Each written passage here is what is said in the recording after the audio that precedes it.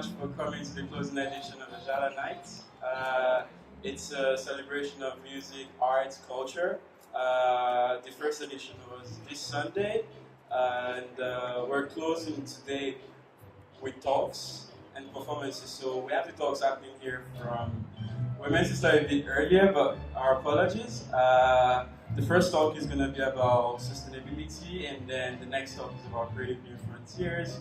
And then afterwards, we're going to talk about the rise of Islamic arts and design. And then the fourth one is about ethical arts and fashion. Now, the reason why we're having art music talks during the design week is to bring in a mixed audience, to build a community. So our goal again is thinking about how can we sort of look at arts as an enabler. It's not just as, we're not talking about just visual arts, but arts to tell stories, art to connect people, art to empower. So it's one of the main reasons why our AJALA Night is happening today. So from 7 to 9 p.m., you'll be listening to experts talking about what they love to do.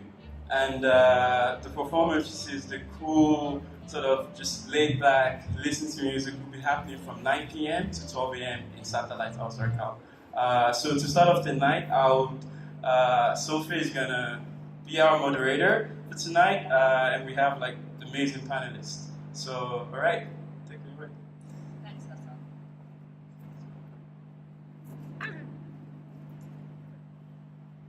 Hi, good evening, everybody. I am going to introduce you to our panelists this evening, Zaina and Rania, and this is Mariska, and I'm gonna let them introduce themselves to you. Hi, I'm Mariska, and I'm an artist and environmentalist that mainly work, obviously, with recycled and upcycled materials. And so I've created from different furniture pieces to actually lamps, different artworks, and I'm just inspired by taking something that people would normally throw in the bin and just see how I can take that and create something beautiful out of that. So yeah, that's me. Hi, I'm Rania Kanaan. I'm the co-founder of Cherry Cycles. Basically what we do at Cherry Cycles is we get old vintage bicycle frames that have been dumped and we upcycle them. So we de-rust, repaint, customize them, and basically extend their lease on life. And for every 5 bikes we sell, we donate 1 bike to a child in a refugee camp.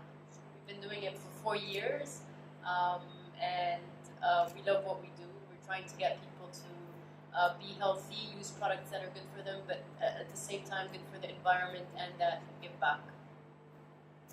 Hi, I'm Zaina, Rania's sister, also part of Cherry Cycles. And just to add to what she was saying, recently we started looking at upcycling other products as well. We're very crazy about the landfills because there's so much gems inside, the bicycles being the first of them, but we've basically started upcycling furniture and glass bottles as well, and we run workshops to teach people how to lead a more chemical-free, waste-free life. So we're based out of Antakal, and we're actually just a maker space that helps people live a more sustainable life, so if you're interested, let us know as well. Thanks, very interesting products. Okay, just on to some questions for our panelists this evening. Which method of sustainability best suits your pieces of art? Mariska, over to you first. So I would say definitely upcycling, as I use items that people probably discard. So a wide variety. I started actually off with Nespresso capsules. So I used to just take the used capsules, clean them out each one by one, and then just start to shape and form them to create my lamps and then also some of my paintings. And then from there on, just a wide variety. Basically any piece of garbage I can find that I can try to push the boundaries, that would be in my medium. I think we're also on the same plane of upcycling. We look at upcycling as the sexier sister of recycling. The thing is with upcycling, it takes so much less energy to upcycle rather than recycle. Recycle takes a lot of energy and emits a lot of emissions that are bad for the environment. I'm not saying recycling is bad. Of course, they're both a better alternative than just throwing your garbage. But yeah, definitely we're more on the upcycling team rather than recycling. Okay, following on, the next question. As an artist, how do you keep sustainability in your creative design process? I can jump onto this.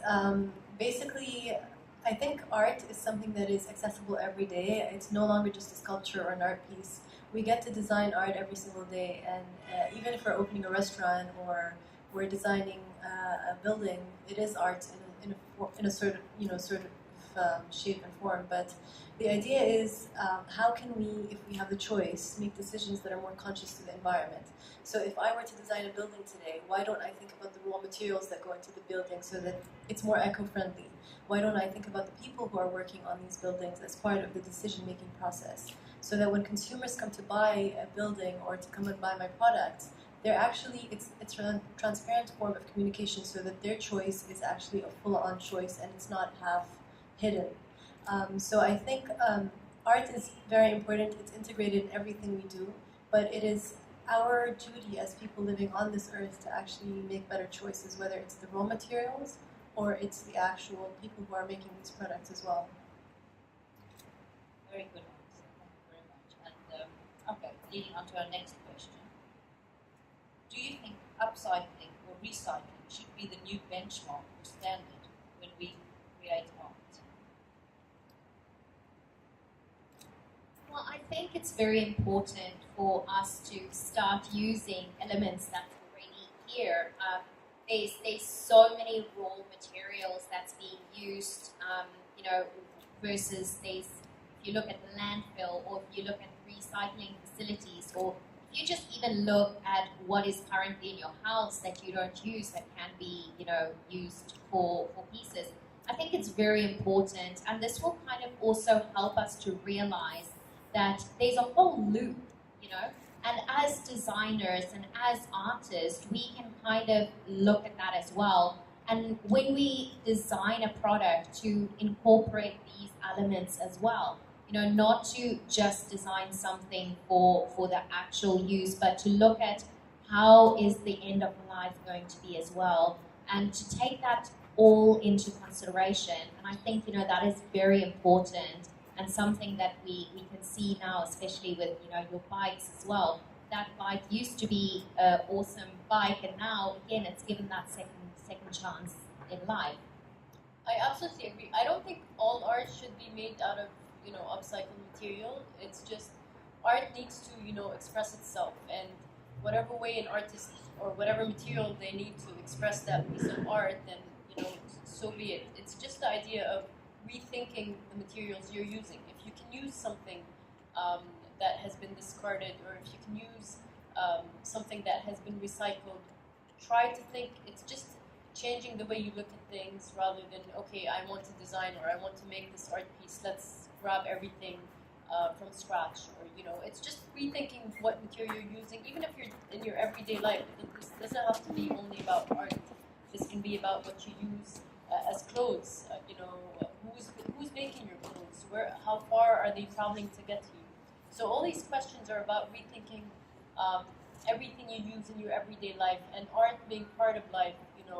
Artists, and they do. I mean, one man's trash is another man's treasure.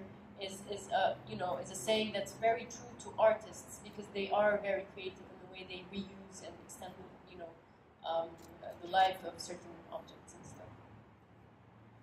Okay, so basically, we're not saying start using just recycled material all the time and not use anything from new. We're saying just incorporate new elements and recycled elements all together. Okay, very interesting. So just to add to this, there's a global stat about us, how we produce and consume, and apparently we dispose 99% of the things that we buy, we throw it out in 6 months.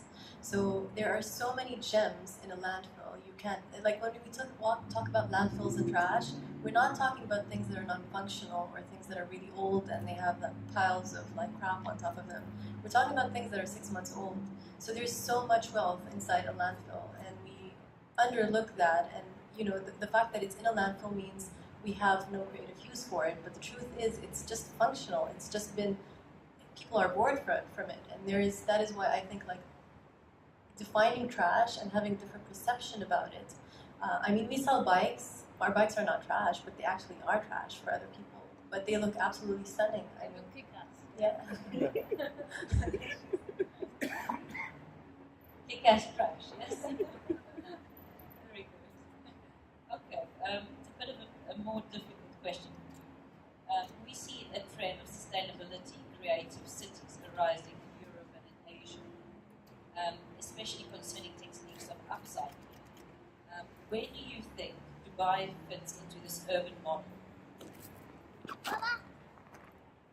So in Dubai, you know, we've got so many places that's popping up, and one of the places which is more like my second home is the Sustainable City, where my art studio is opening very shortly in the next few weeks. And they are doing so much for sustainability, from, you know, the way that the residents actually live in the city to where, you know, they, with their entire design, with their solar panels, and there's a lot in sustainability. And what we are trying to do now as well in the Sustainable City is to also incorporate that with like upcycled art, to also encourage people to, you know, rather upcycle pieces than, you know, buy new, and to see how you can actually, you know, upcycle your bike, whether you can upcycle a bench or create something from that. So I think there's definitely a need for it, and definitely there is people starting with that. I mean, the Sustainable City might be one of the first ones that's starting with it now, but I can see that there's a trend, and there's really people that want to live in such communities and also have something that has sustainability at the core element of it as well. Just to add to that as well, I think that there's a long way to go for Dubai to get, you know, anywhere near becoming a fully sustainable city. I mean, it's a relatively new concept for the world, not only for Dubai, but I think they really have to. It doesn't stop at one developer or one person or one user or one private business. This has to be, you know, a whole life cycle, and it has to start with the government. It has to start with, you know, the policies in place. It has to start with, okay, the mindset. People, so a lot of people come to us and they go like, but this bike is used. Why am I paying 1,500 dirhams for a used bike when I can go buy a brand new one? And you have to sit there and explain, which we constantly do, that the bike you're buying is coming from China, where someone is being abused to create this bike. I'm not saying all products are bad from China. I'm just saying the amount of, you know, cheap labor and bad work conditions there are high. And, you know, you're emitting a lot of CO2 emissions. You're getting these bikes that look nothing like your character or don't express you or anything. And you're just buying these bikes because they're cheaper. When they're going to die in 6 months, they're going to wear out because they're bad quality. But, and that idea that this bike is a used bike, it's not a used bike. This has been discarded, but it has been turned into something that's brand new when you look at it. So it's a completely mind shift. I mean, you have to do a lot of awareness campaigns. You have to speak to a lot of people. And these stuff don't only come from the bottom up. They have to also come from the top down. When they speak about having sustainability in their vision, they have to follow through, you know. Because that will create more demand and more need. And when someone is looking for something more sustainable, they'll find it because people are more encouraged to go into that space and supply that for people. So a lot of what you ladies are doing out there, it needs to, from like what you explained, top down in education. Absolutely. People need to be educated about sustainable design and change their mindset of just like use. They need to rethink the whole mindset. Yeah. Reusing items. And this lifestyle of discarding and wasting needs to change. Even with recycling, I mean, so if I want to recycle now, my building has the separate bins, right?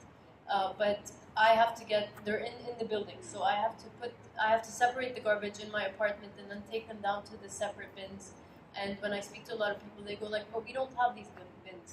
And even if we separate the garbage in our apartment, they're going to all end up in the same garbage can. But this is the sad truth, and Absolutely. why a lot of the time this happens. So people will think, why am I even bothering? Yeah. Because it all ends up in landfill in the first place. And in a lot of public spaces, you have these separate bins, but you find paper where it says plastic bottles, and it just ruins up the whole system. So, as soon Again, as down to education. absolutely. Anything you wanted to add? No, not really. I mean, they've touched on everything. I think Dubai still has some time to actually become fully sustainable. Not long ago, I was in Sri Lanka in a sustainable, in an Ayurvedic clinic, and it was the most fascinating thing because the water that you shower with is the same water that goes into the irrigation system. So it's the same water that's going back to the earth. Your toilet paper is made of corn husks. Your food is full plant-based, grown in the gardens, and you eat it. And in the 1 week that I was there was zero waste by me as a human being, and it was the most eco-friendly thing. And my body, my cells started to feel happy that this is a circular economy. And I think there is so much value in that. And this model is being populated in countries like Sri Lanka, so why not here? Very sustainable. That's wonderful. So about the zero waste as well. I mean, living in a country like the UAE, we're such a new country still compared to other countries, and I mean, it has been with challenges, but with our house at the moment, I won't really say that we're kind of zero waste, but we generate probably a small bin, like a 1 liter bin over like anything from 6 to 8 weeks. That's kind of the trash that we send to the landfill. So, there is waste, but again, it comes down to the education. It took us a long time to actually reach to that point. And still, I'm trying to find more ways, to reduce our amount of waste and to see how can I use this in something. Or, it also starts at actually when you purchase the item, to instead of purchasing something that's cheap and cheerful that might break in a week or just after one use, to invest in something that will be there for years to come, or a better quality thing, because that has made such a difference. But I think education is really, really key part of that. Just further on from waste and reuse and the amount of waste we create, Mariska, am I correct in saying that you recently wore a dress around for a month where you added all the waste that you produced through eating and living and every day, that is what you wore on your... Just tell the people about that. So from Earth Hour to Earth Day, which was from basically in March to April, I wore my own trash for 30 days. And I lived like it was me and a friend, so we're kind of doing it. I was representing the average person, trying to create between 2 to 3 kilograms of waste every single day, versus my friend Mariska. She was trying to be a more conscientious person, trying to create as little waste as possible.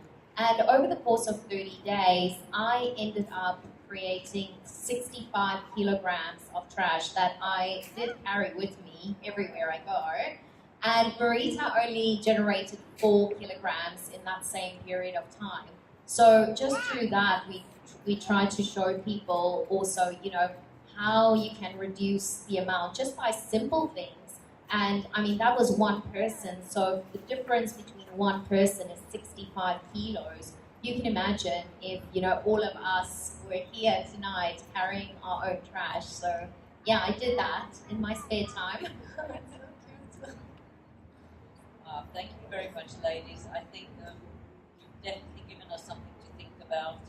Reuse, recycle, reduce, educate, create less waste, and just a true inspiration. Thank you very much.